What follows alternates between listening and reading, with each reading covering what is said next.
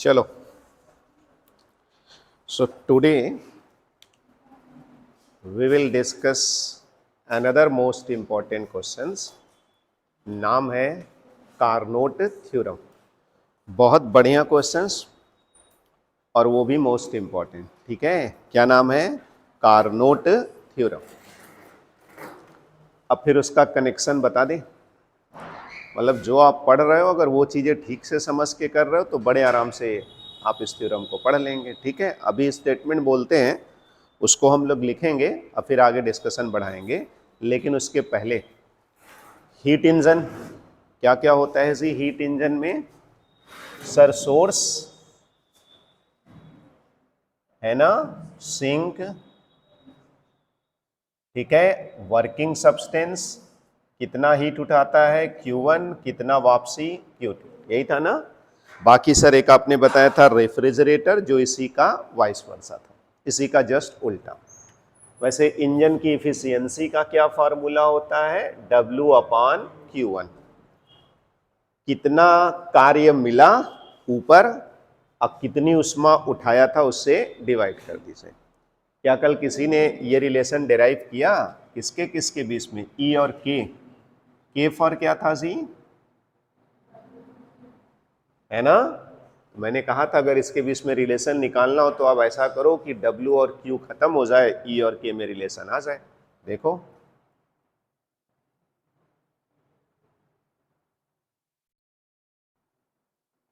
दोनों तरफ +1 जोड़ दिया, है ना।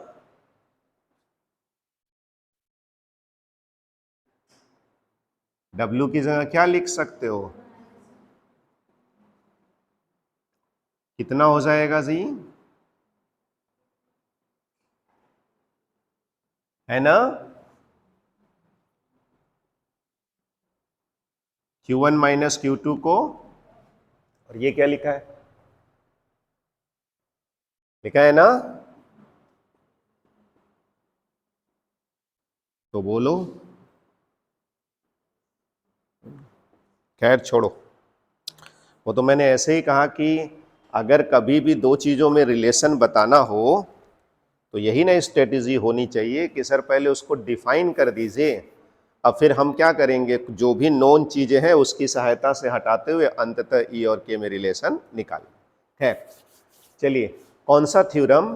Carnot theorem. स्टेटमेंट कई बार मैंने बोला था, ठीक, पहले लिखते हैं और फिर उसका प्रूफ करेंगे, कंप्लीट हो जाएगा। लिखिए, it states that, it states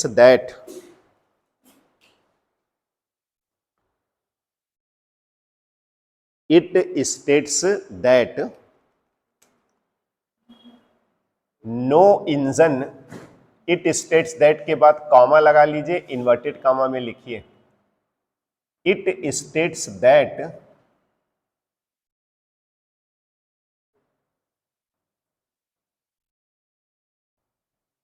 क्या लिखा? it states that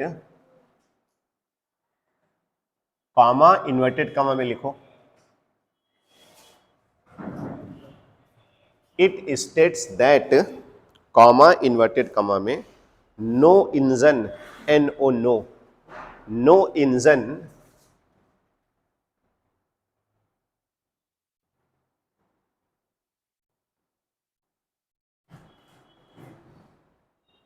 क्या लिखा? No engine working between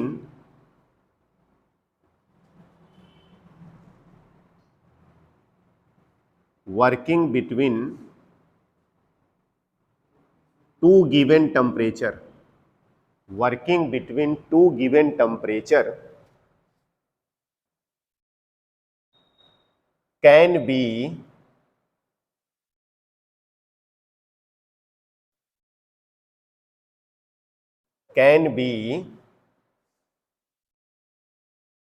more efficient, can be more efficient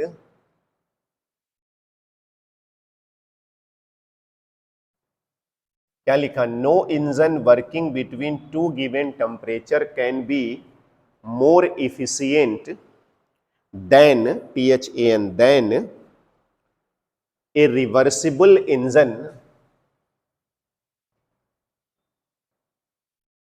then a reversible engine working between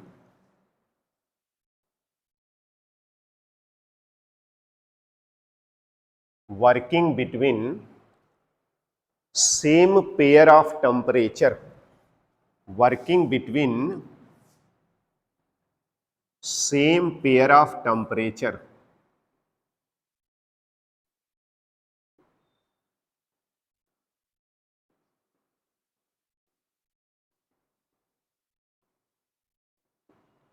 फिर से जरा सुनना, no engine working between two given temperature can be more efficient than a reversible engine working between same pair of temperature. हो गया? And that of all reversible engine, and that of all reversible engine, and that of all reversible engine working between same pair of temperature,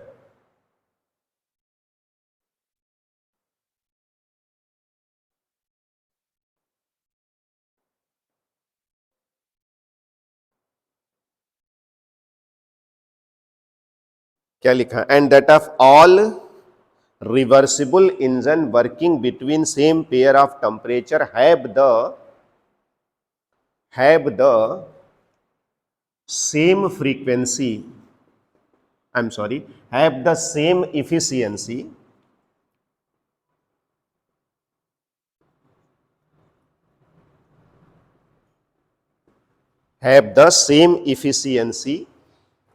whatever WHETEVER, whatever the working substance,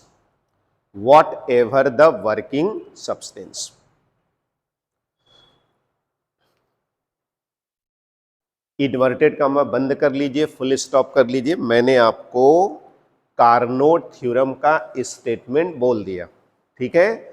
फिर से बोलता हूं, सुन लीजिए, समझ लीजिए अच्छे से, फिर उसका प्रूफ करते हैं। हेडिंग बना लीजिए, प्रूफ।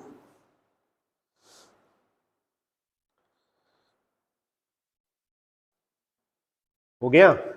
हेडिंग बन गया? क्या लिख दिया भाई? प्रूफ।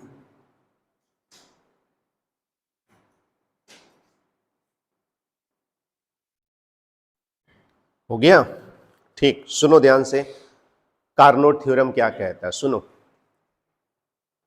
दो दिए गए टेम्परेचर के बीच में, एक टेम्परेचर कितना T1 और दूसरा टेम्परेचर कितना T2, दो दिए गए टेम्परेचर के बीच में अगर आप हीट इंजन बनाइए, ठीक, तो सबसे ज्यादा इफिशियंसी किसकी होगी? रिवर्सिबल हीट इंजन की। यही कहता है कौन सा थ्योरम? Carnot theorem. जैसे मैंने दो इंजन दिखाया है, अभी लिखेंगे, ये इरिवर्सिबल इंजन है और ये क्या है? रिवर्सिबल। तो बताओ किसकी इफिशियंसी ज्यादा होगी? रिवर्सिबल हीट इंजन की इफिशियंसी क्या होगी? ज्यादा होगी, है ना? रिवर्सिबल हीट इंजन की इफिशियंसी क्या होगी? ज्यादा होगी, ठीक है? ओके, तो कार्नोट थ्योरम का स्टेटमेंट आप लोगों ने सुना। उसका पहला हिस्सा क्या मैंने कहा कि दो दिए गए टेम्परेचर के बीच में यदि कई हीट इंजन बनाया जाए, है ना, रिवर्सिबल भी और क्या, इरिवर्सिबल भी, तो उसमें सबसे ज्यादा इफिशियंसी किसकी होगी? रिवर्सिबल इंजन की। एक भाग। अब उसके आगे लिखा हुआ था एंड, लिखा था ना, that of all reversible engine. सुनिए, उसके आगे ये लिखा था कि यदि केवल रिवर्सिबल इंजन आप बनाएंगे, इरिवर्सिबल नहीं बनाएंगे, तो सभी इंजन की इफिशियंसी क्या होगी? सेम, चाहे वर्किंग सब्सटेंस कुछ भी लिया जाए। लिखा है ना लास्ट में, वॉट एवर वर्किंग सब्सटेंस। एक बार जरा पढ़ो देखो तो नोट्स पे वही लिखा है, मैं फिर से बोलता हूं। No engine working between two given temperature can be more efficient than a reversible engine working between same pair of temperature। लिखा है ना, and all that reversible engine have the same frequency whatever the working substance। ये कौन सा theorem हो गया? Carnot theorem. एक बार फिर से बोल देता हूं, जरा ध्यान से सुन लो तो।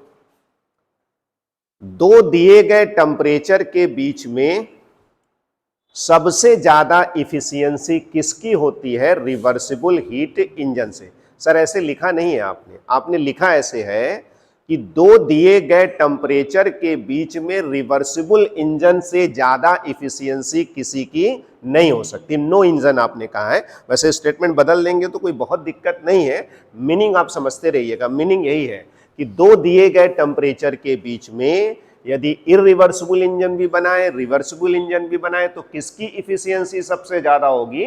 रिवर्सिबल की। ठीक। और दूसरा क्या कहा उसी हिस्से में आपने?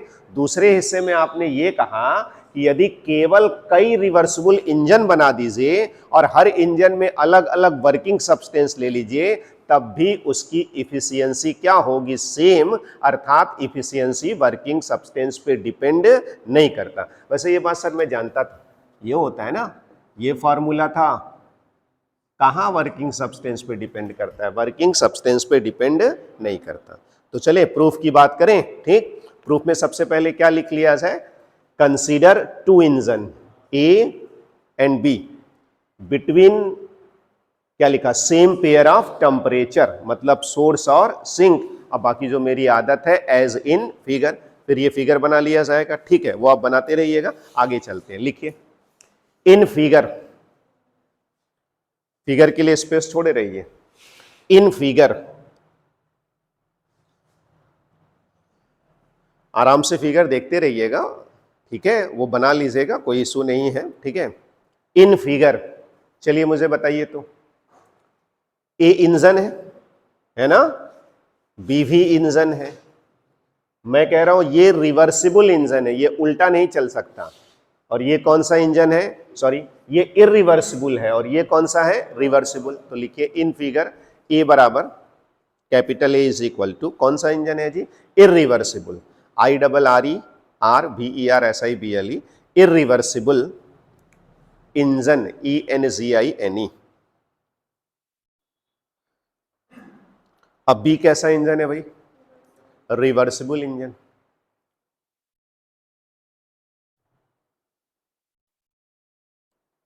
हो गया सर? मतलब ए आप कह रहे हैं कि इरिवर्सिबल है और बी आप कह रहे हैं रिवर्सिबल, इसका क्या मतलब हुआ? तो मैंने कहा सुनो भाई, मतलब ये हुआ कि ये केवल हीट इंजन की तरह काम करेगा, लेकिन ये वाला जो है ये उल्टा भी चल सकता है। ठीक है, ओके, फुल स्टॉप कर लो। ए क्या है? इरिवर्सिबल, और बी क्या है? रिवर्सिबल। तो देखना बी उल्टा चलेगा, लेकिन ए तो सीधा चलाना पड़ेगा।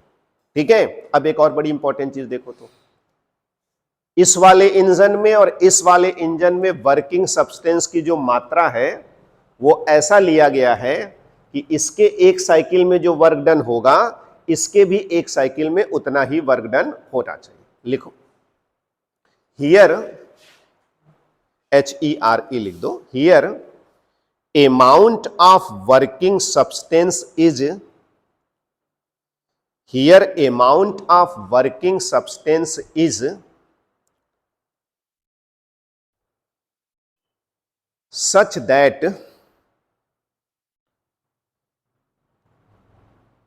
here amount of working substance is such that work done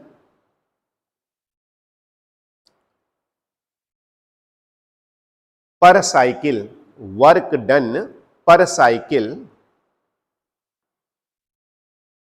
is same, work done per cycle is same for both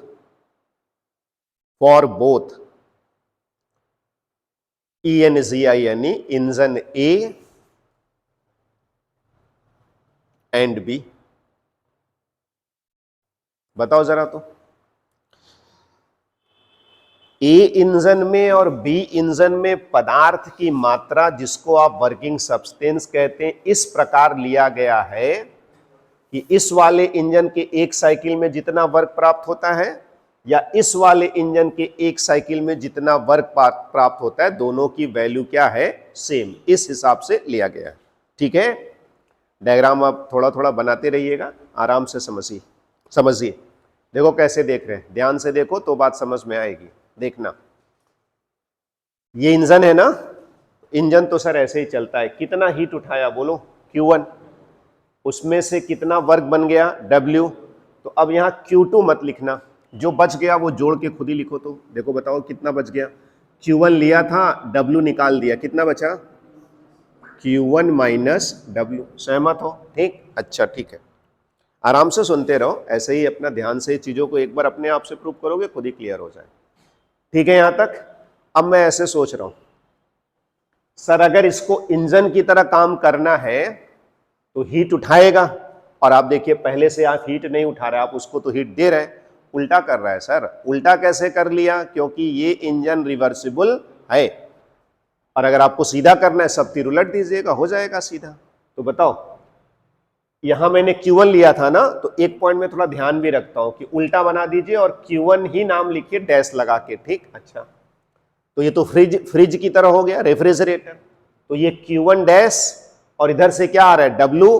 तो यहां से क्या जाना चाहिए, ये और ये जोड़ के ये हो जाना चाहिए ना, ये और ये जोड़ के ये हो जाना चाहिए ना, ऐसे ही होता था ना। Q2 नहीं लिखेंगे सर, क्या लिखेंगे जरा सोच के बताइए। देखिए क्या लिख रहा हूं, हाँ, Q1 minus Q1 dash minus, देखिए Q1 डैश माइनस W यहां से उठाया, इसमें W जोड़ दिया, minus W plus W cut गया, और Q1 डैश उसको वापस हो गया।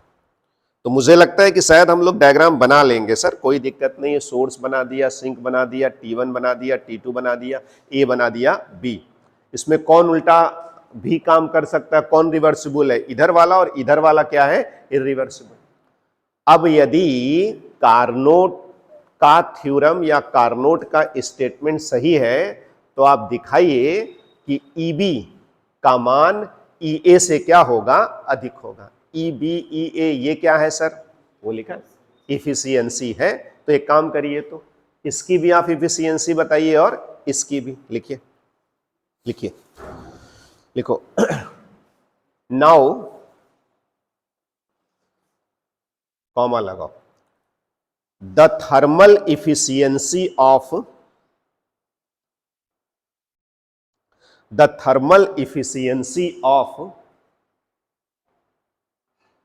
engine, ENGINE, engine A will be, चलो भाई बताना हमें, ये लो, E किसका, A, रुक जाओ, हमें सोचना पड़ेगा ना सर। ये इंजन है ना, कितना वर्क ये बना रहा है, W ऊपर लिख दीजिए। अब कितना हीट इसने उठाया, Q1 नीचे लिख दीजिए, घेर लीजिए इक्वेशन नंबर। यही ना ए इंजन की इफिशियंसी हुई, E बराबर W अपान Q1।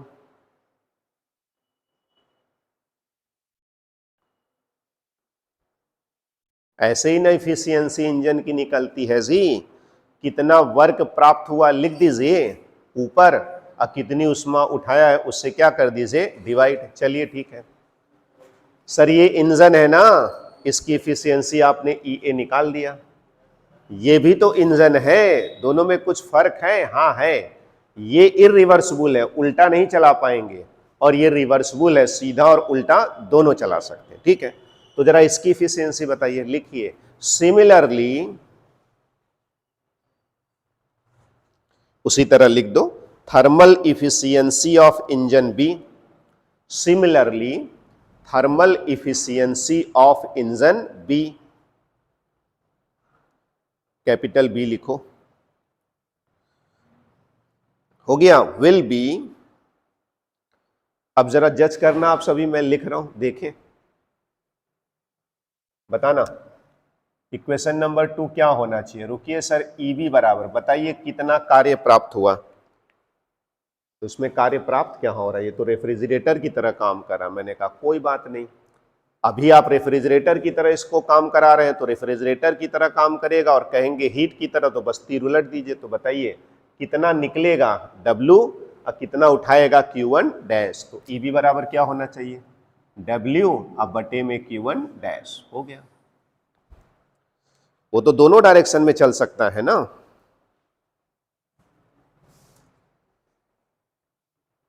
हो गया, ठीक। अब मैं ये आपको बता दूं कि चूंकि यह रिवर्सिबल इंजन है, इसलिए मैं जानता था कि इसको उल्टा कर देंगे तो हीट इंजन बन जाएगा। इफिशियंसी निकाल के आपके सामने रख दिया। तो नीचे ब्रैकेट में लिख दो, सिंस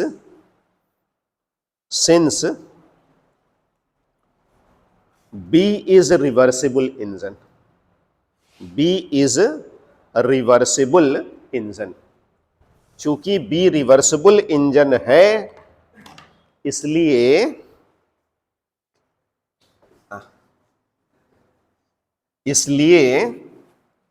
माना कि इस समय ये रेफ्रिजरेटर की तरह काम कर रहा है, परंतु अगर इसको हीट इंजन देखना है तो बस तीर उलट के देख लीजिए। देख लिया सर, बता दिया एफिशिएंसी। आप सुनो, क्या सिद्ध करना है हमें, थ्योरम के स्टेटमेंट के सिद्ध करते समय क्या सिद्ध करना है, हमें यह सिद्ध करना है कि EB is greater then EA। वो आप निकाल के दिखा दीजिए, सिद्ध हो जाएगा इनकी बात कार्नोट की, कि दो दिए गए टेम्परेचर के बीच में सबसे ज्यादा इफिशियंसी रिवर्सिबल इंजन की होती है। यही सिद्ध करना है ना, ठीक। प्रूफ करने के मैथमेटिक्स में या प्रूफ करने का साइंस में कई नियम होता है, कई तरीके से प्रूफ किया जाता है, ठीक। लेकिन कुल मिला के मैं कहता हूं कि लॉजिकल बात हमेशा होनी चाहिए।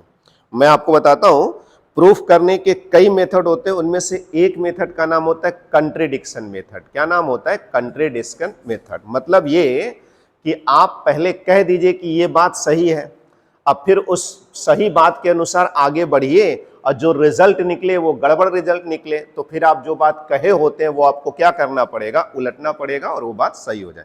उसी टेक्निक को मैं यूज कर रहा हूं, ठीक। तो मैं ये जानता हूं कि मुझे प्रूफ करना है EB is greater then EA, लेकिन मैं उल्टा मान लेता हूं। क्या मान लेता हूं, EA is greater than EB। ठीक है, लिखिए, लेट, अब उल्टा मान के चल रहा हूं, देखिए गलत रिजल्ट आएगा तो उसको सीधा करना पड़ेगा। Let EA is greater than EB, घेर लो, EA is greater than EB लिख के। मतलब आपने ये मान लिया कि इरिवर्सिबल इंजन की इफिशियंसी रिवर्सिबल इंजन से ज्यादा होती है। बताओ भाई, ए क्या है, इरिवर्सिबल, और बी क्या है, रिवर्सिबल। आप कह रहे हैं EA is greater than EB, मतलब आप मान रहे हैं कि reversible engine is more, sorry, irreversible engine is more efficient than reversible. तो जरा इसको शब्दों में लिखो, लिखो शब्दों में, that is irreversible engine is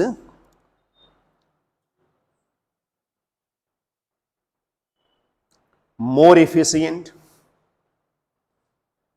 यही ना आप मान रहे हैं, चलिए ठीक है, मान लीजिए। अब आगे बढ़िए, देखिए कुछ गलत बात निकल के सामने आ जाएगी, इम्पॉसिबल बात निकल के सामने आ जाएगी। क्या लिखा, that is irreversible engine is more efficient. बस इतने ही लिख दो, समझ में तो आ ही जाएगा। आगे क्या लिखने की जरूरत है कि देन रिवर्सिबल इंजन, अंडरस्टूड है। मैंने कहा इरिवर्सिबल की ज्यादा हो, ठीक है। अब सुनो, चले यहां E और EB का मान रख दें, वहां से लिखो, यूजिंग इक्वेशन 1 एंड 2,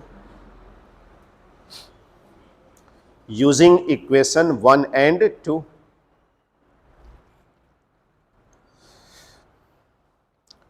कॉमा लगाइए, वी गेट, देखना सब लोग, बताओ EA की जगह क्या लिखें, नो, W अपॉन, चलो यही ना, ठीक है। आप जो माने हैं, आपको जो सही लग रहा है उससे मैं आगे बढ़ रहा हूं, ठीक है। हो गया, कट गया जी W। बताओ क्या मिला, सही है, Q1 dash is greater then Q1।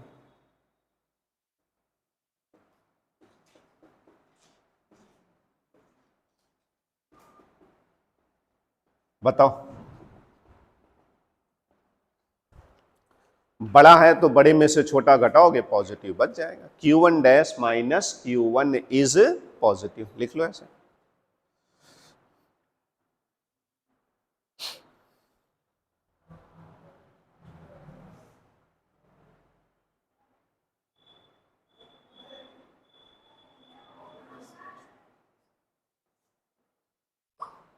ठीक है, ओके। यहां तक देख लिया। Q1 डैश माइनस Q1 की वैल्यू पॉजिटिव होगी, ठीक है। लेकिन ये Q1 डैश माइनस Q1 की वैल्यू पॉजिटिव होगी, ये कब मिला? जब आपने मान लिया कि इरिवर्सिबल इंजन की इफिशियंसी क्या है, ज्यादा है। आगे बढ़ रहा हूं, सुनिए। अब अभी आपको ऐसे देखना था, ए अलग और बी अलग, लेकिन मैं जो डायग्राम बनाया हुआ था वो जोड़ के बनाया हुआ था, कपुल किया हुआ था दो इंजन को, ए और बी इंजन को क्या कर दिया, कपुल। लेकिन एक चीज जरा ध्यान से देखो तो, अभी ये किसका डायग्राम आपने बनाया है सर? तो जैसे मैं कहूं ये इंजन ए है, मैं कहूं ये इंजन बी है, ये वाला केवल सीधे चलेगा, ये वाला सीधे भी चल सकता है और उल्टा भी चल सकता है, बिकॉज रिवर्सिबल, और ये क्या, इरिवर्सिबल। अब इन दोनों इंजन को जोड़ दिया, देख लीजिए ऐसे जोड़ दिया। लेकिन जोड़ते समय कई बातों का ध्यान रखा था। इस वाले इंजन में वर्किंग सब्सटेंस की मात्रा इतनी ली थी कि कार्य W निकले, और इस वाले में भी इतना ही लिया था कि कार्य W ही निकले। अब ये है कि ये दोनों ऐसे ऐसे वर्क कर सकता है, वो केवल ऐसे, ठीक है, ये सब कुछ। अब इन दोनों इंजन को जोड़ रहे हैं, लेकिन जोड़ते समय एक चीज जरा ध्यान से देखो तो, इंजन ए जो W एनर्जी निकाल रहा है, वर्क निकाल रहा है, उसी W एनर्जी से ये वाला इंजन चल रहा है उल्टे डायरेक्शन में। और जब इंजन उल्टे डायरेक्शन में चलता है तो सर उसको इंजन नहीं क्या कह देते हैं, रेफ्रिजरेटर। तो मैं ऐसे कहूं कि बी इंजन को कौन चला रहा है, ए, है ना।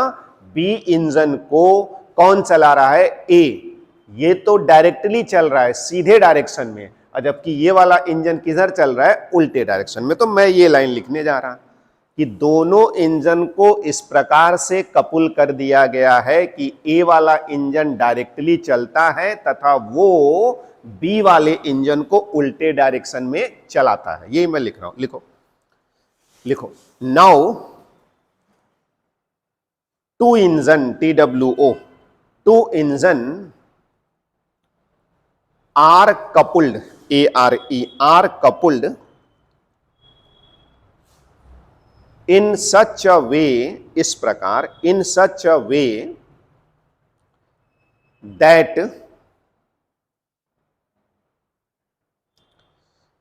engine A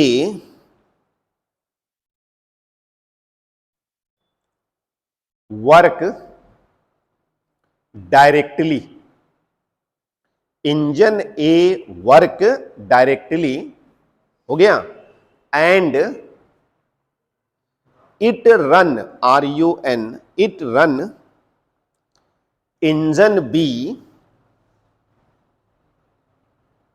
क्यों, ए वाला बी को चलाता है ना भाई, यही W दे रहा है तो ये रेफ्रिजरेटर की तरह काम कर रहा है ना। इट क्या लिखा, run engine be in reverse direction, या रिवर्सली भी लिख सकते हो, इन रिवर्स डायरेक्शन।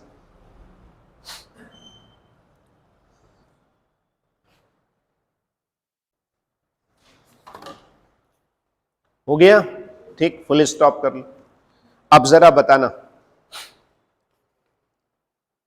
अकेले इस इंजन को देखा, अकेले इस इंजन को देखा, अब इन्हीं दोनों इंजन को उन्हीं दोनों टेम्परेचर के बीच में एक साथ जोड़ दिया। जोड़ते समय बहुत ही अच्छे तरीके से एक लॉजिक लगाया कि पहला से जो W निकलेगा वो दूसरे को उल्टे डायरेक्शन में चला देगा, ठीक। अब आप ये देखिएगा कि दोनों इंजन मिल के क्या कर रहे हैं वो ध्यान दीजिएगा, ठीक। तो मैं बंद कर देता हूं, आपको एक इंजन दिखाई पड़े, दिख रहा है ना, एक इंजन, ये क्या है, एक इंजन है, कपुल्ड इंजन इसका नाम है। तो जरा कपुल्ड इंजन ने क्या किया वो सोचते हैं, और यहां पे क्या करना है सर वो सुन लीजिए। अगर हीट इंजन है तो उष्मा उठाना है, कार्य में परिवर्तित करना है, बचा हुआ वापस कर देना है। और अगर रेफ्रिजरेटर है तो ठंडे स्थान से उष्मा उठाना है, बाहर से आपको एनर्जी मिलेगी, उसकी सहायता से उठा के उसको गर्म स्थान पे फेंक देना है। यही दो काम यहाँ पे होना है, ठीक। तो जरा देखिए कपुल में क्या हुआ वो चीज ध्यान से देखते हैं। चलिए लिखिए, फुल स्टॉप करके अगली लाइन से लिखिए। लिखिए now net NET, now net heat, now net heat taken TAKEN taken from the cold body, है ना, बाई कपुल्ड COUPLED कपुल्ड इंजन। चलिए जरा चेक करिए तो कि पूरा इंजन दोनों मिलके कुल कितनी उष्मा सिंक से उठाया। देखिएगा कितनी उष्मा, देखना है ना, ये पूरा कपुल। तो पहले देखो तो सिंक में क्या हो रहा है, कितना आ रहा है कितना जा रहा है, ध्यान से देखो तो कितना सिंक में से ऊपर जा रहा है Q1 डैश माइनस W, लेकिन कितना नीचे आ जा रहा है Q1 माइनस W। तो कुल कितना निकला सिंक में से बताओ तो, इतना निकला था, बोलो, देखो इतना निकला ना। तो क्या सर कुल इतना निकल गया? मैंने कहा नहीं, तुम देख ही नहीं रहे हो, इतना तो आ भी रहा है ना। तो कुल कितना निकला, तो इतने में से किसको घटा दे, Q1 माइनस W, ऐसे लिखो, बराबर लिखो।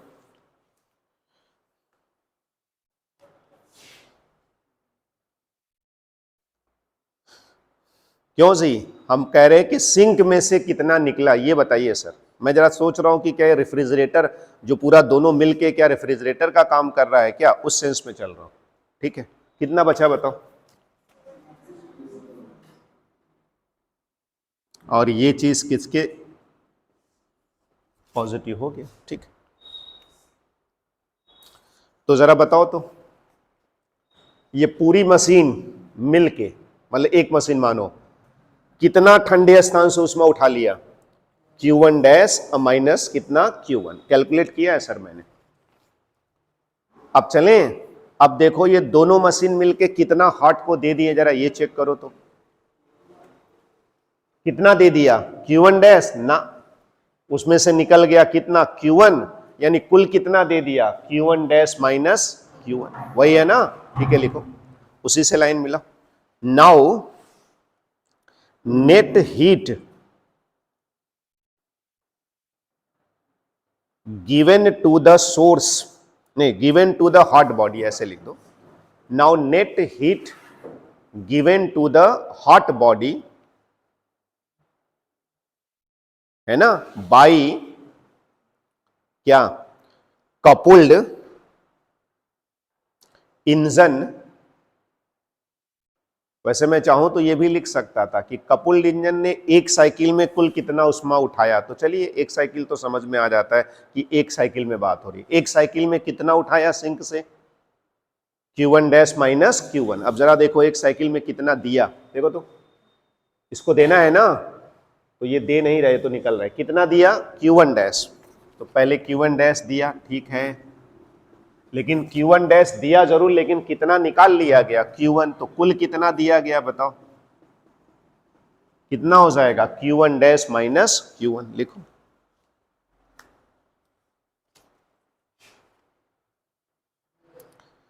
चीजें बहुत आसान होती हैं साइंस में, लेकिन लॉजिकली आपको अपनी बात प्रूफ करनी है। मैं प्रूफ कर रहा हूं। आपने ये कहा कि ना इरिवर्सिबल की इफिशियंसी ज्यादा होती है, मैंने कहा ठीक है आगे बढ़िए। अब यहां मैंने ये लिख दिया और उससे ये नतीजा निकल गया, और उसी नतीजे के बाद मैं कपुल इंजन को देख रहा हूं, ठीक। अब जरा एक चीज ध्यान से देखना तो क्या हुआ, देखना, ये जो मशीन आपने बना दिया दोनों इंजन को मिला के, या एक इंजन बना दिया, रेफ्रिजरेटर बना दिया, जो बना दिया, उसमें एक चीज जरा ध्यान से देखिए तो, कितना ठंडे से उठा रहा है Q1 डैश माइनस Q1, और कितना गर्म को दे रहा है Q1 डैश माइनस Q1, यानी ठंडे से 100 उठाया और ये मशीन 100 किसको दे दिया, गर्म को। फ्रिजिन है, अब बिजली की आवश्यकता ही नहीं पड़ी, है कि नहीं। ठंडे से कोई मशीन गर्म स्थान पे उष्मा को कब देगा, जब आप बाहर से क्या देंगे, ऊर्जा। और आपने तो जादू कर दिया, ये ऐसा मशीन आपने सेट कर दिया कि वो ठंडे से उठाया अब कोई बाहर से बिजली देने की जरूरत नहीं पड़ी और कहां चला गया, ऊपर। तो इसका मतलब यह हुआ कि बिना बाहर से एनर्जी खर्च किया आप उष्मा ठंडे से गर्म में भेज दे रहे, ऐसा मशीन आपने बना दिया, वो संभव नहीं है। तो फिर गलत नतीजा कहां से आ गया, कहां आपने गड़बड़ कर दिया कि एकदम गलत रिजल्ट आ गया। तो मैंने कहा आपने यहां गड़बड़ कर दिया, ये चीज सही नहीं है, ये चीज सही नहीं है। तभी, क्योंकि इसको आप सही मान लिए तो आपको ऐसा मशीन मिल गया जो जादू करने लगा, जादू तो होता नहीं है। तो इसका मतलब उसको क्या कर ले, उल्टा, EA is not greater than EB। वैसे आज बड़ी जरूरत है, हड़ताल है तो जादू वाला मशीन मिल जाता तो बिना उसके चल जाता है ना। एनीवे, कोई बात नहीं, चलो मेरी बात समझ में आ गई। लिखो लिखो, अब ऐसे लिखो, क्या मतलब हुआ इतनी जानकारी करने के बाद। लिखो, it means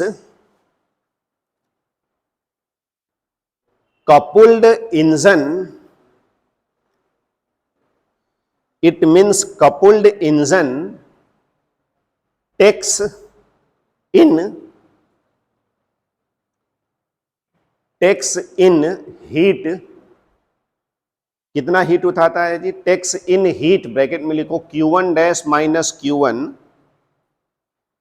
from cold body, Q1 dash minus Q1 from cold body and add it, add it या ट्रांसफर इट भी कह सकते हो, add it to hot body, जितना उठाया उतना हॉट में भेज दिया, hot body without use of external energy, है ना। बिना एक्सटर्नल एनर्जी के उष्मा इस मशीन के द्वारा ठंडे स्थान से कहां चली गई, गर्म स्थान पे, वो भी पूरा का पूरा, है ना। ये संभव नहीं है। लिखो, फुल स्टॉप करके लिखो, इट इज, अब सुन लो, पहले ऐसे लिख देना, ये बोलते थर्मोडायनामिक्स के दूसरे नियम का उल्लंघन हो जाता है। वैसे पहले का भी है, ऊर्जा का हिसाब किताब गड़बड़ है तो फिर वैसे, लेकिन दूसरा नियम लिखिएगा। लिखिए, it is against, AGAINST, violation भी लिख सकते हैं। It is against second law of thermodynamics.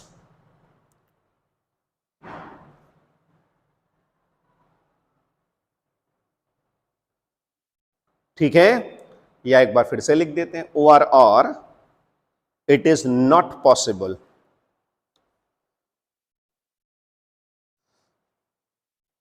तो ये बताइए कि जब एकदम सीधा सीधा आप चल रहे थे, सब कैलकुलेशन एकदम सही सही कर रहे थे, तो गलत रिजल्ट क्यों आ गया, उसके मानने के कारण। ठीक, लिखिए लिखिए, 10 ऐसे कर दें, देखो लिखो, EA is not greater than EB, घेर लो, EA is not greater than EB। मतलब जो आप कह रहे थे कि इरिवर्सिबल की इफिशियंसी ज्यादा होती है रिवर्सिबल से, नहीं, ऐसा नहीं होता। फिर उल्टा मान लीजिए आप, लिखिए 10 reversible engine is more efficient, 10 reversible engine is more efficient.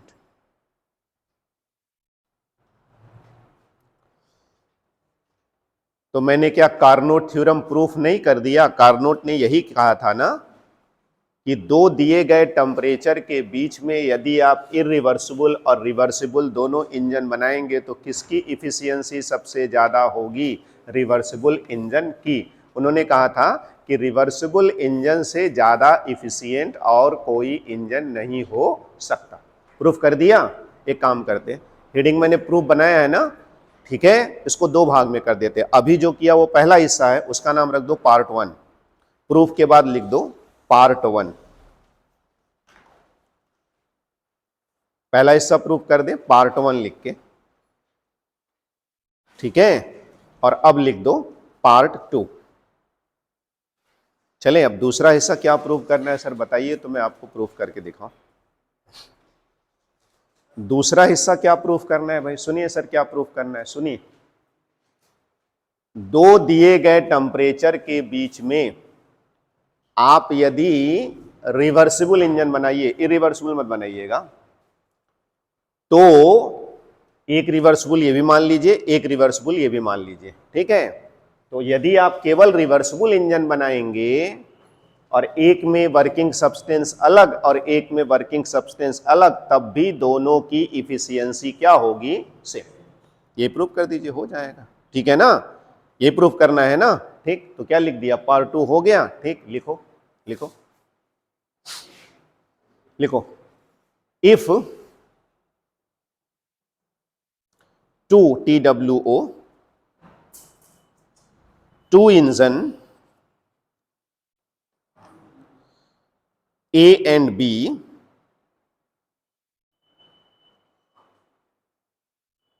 between same pair of temperature, between same pair of temperature,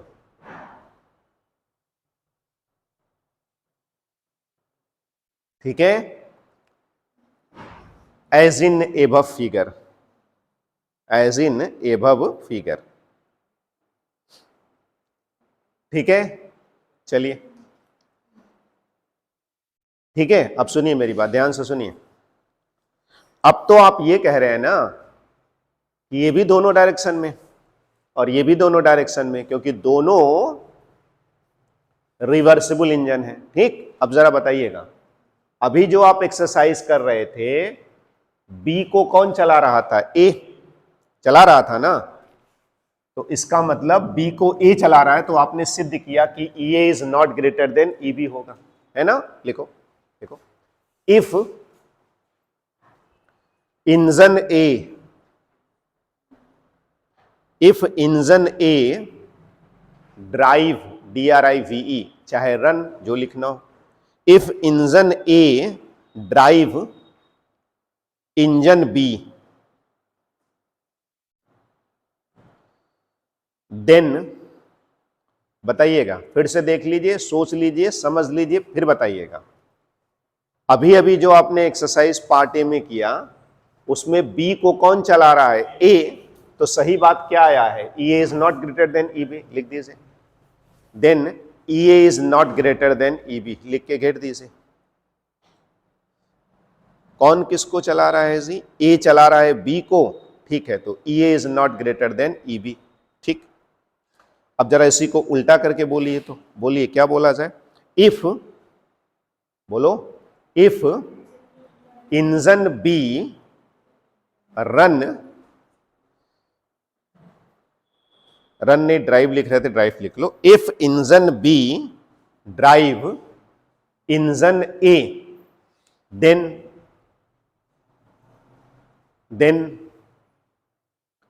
इसका उल्टा, E B is not greater than E A.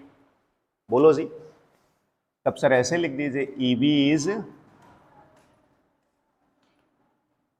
Not greater than E A. Equation 1 equation 2 कर लो, ज्यादा बढ़िया लगेगा। अच्छा sir एक बात बताइए जरा, तो आप कहते हैं एक बार ए बी को चला रहा है, अब फिर कहते हैं एक बार बी किसको चला रहा है, ए। क्यों मान लिया आपकी बात, तो हमने कहा भाई दोनों रिवर्सिबल हैं, दोनों उल्टा सीधा चल सकते हैं, तो एक बार ए से बी चला दीजिए और एक बार बी से ए चला दीजिए। बाकी वो सब सेटिंग तो आप करके रखिएगा कि ये जितना डब्लू निकाले उसको उतना डब्लू चाहिए, ठीक। अच्छा, तो जब ए बी को चलाता है ना, तो E A is not greater than E B, और जब बी ए को चलाता है तो E B is not greater than E A. तो आपके पास ऑप्शन क्या बचा, फिर आपके पास बचा क्या, ये इससे अधिक हो नहीं सकता, ये इससे अधिक हो नहीं सकता, तो ऑप्शन क्या बचा, लिखिए लिखिए, 10 ई ए बराबर ई बी, बस यही एक अंतिम ऑप्शन है, ई ए बराबर ई बी, है ना। 10 E A is equal to E B, अर्थात आपने क्या नतीजा सिद्ध कर दिया कि दोनों इंजन की इफिशियंसी सेम होगी। लिखो लिखो, 10 all reversible engine, 10 all reversible engine working between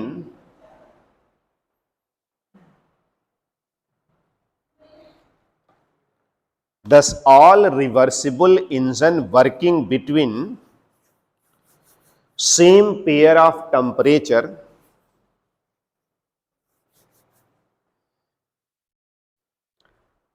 have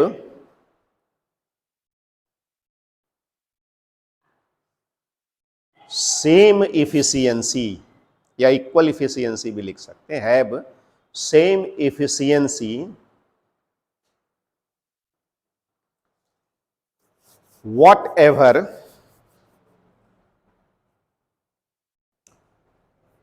the working substance.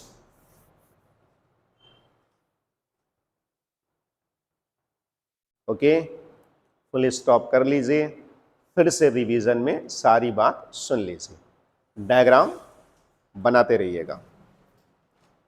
ये जो डायग्राम बचा हुआ था ना, ये आप बनाते रहिएगा, बस बीच में जो था जहां पे मैंने कहा था आप बनाइएगा।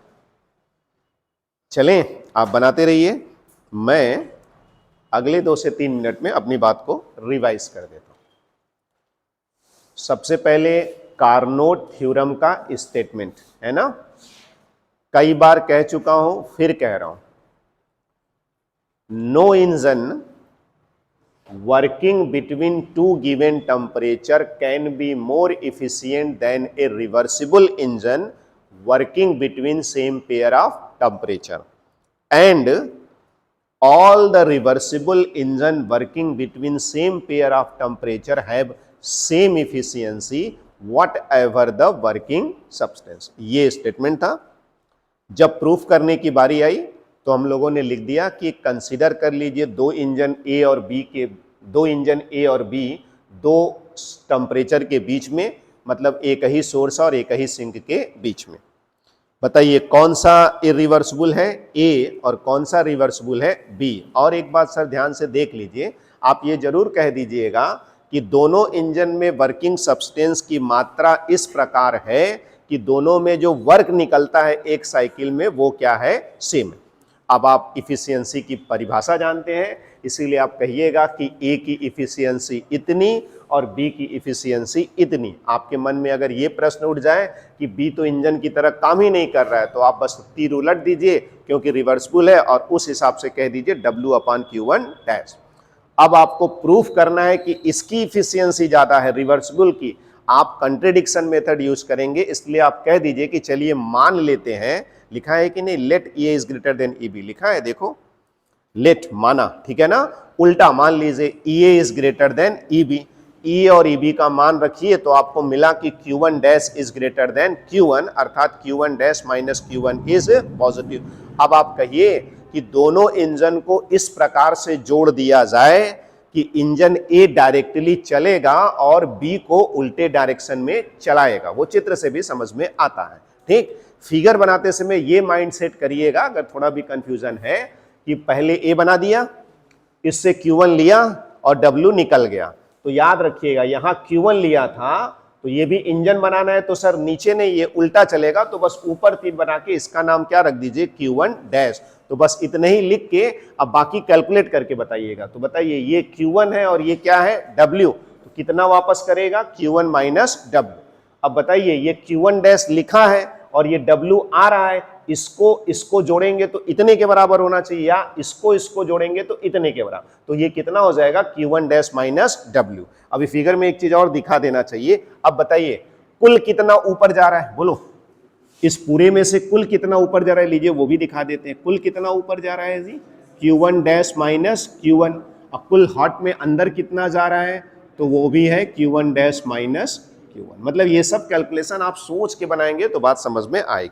तो फिर उसके बाद अंत में जो नतीजा निकलता है वो क्या निकला, ये तो ऐसा मशीन बन गया कि ठंडे स्थान से जितनी उष्मा उठाया बिना वर्क दिए सारा गर्म स्थान को दे दिया, तो ये तो पॉसिबल नहीं है। तो इम्पॉसिबल बात आई कहां से, क्योंकि आपने जो माना था वो क्या था, गलत, इसलिए आपने इसको काट दिया और ये नतीजा बताया कि रिवर्सिबल इंजन की इफिशियंसी इरिवर्सिबल से क्या होगा, ज्यादा।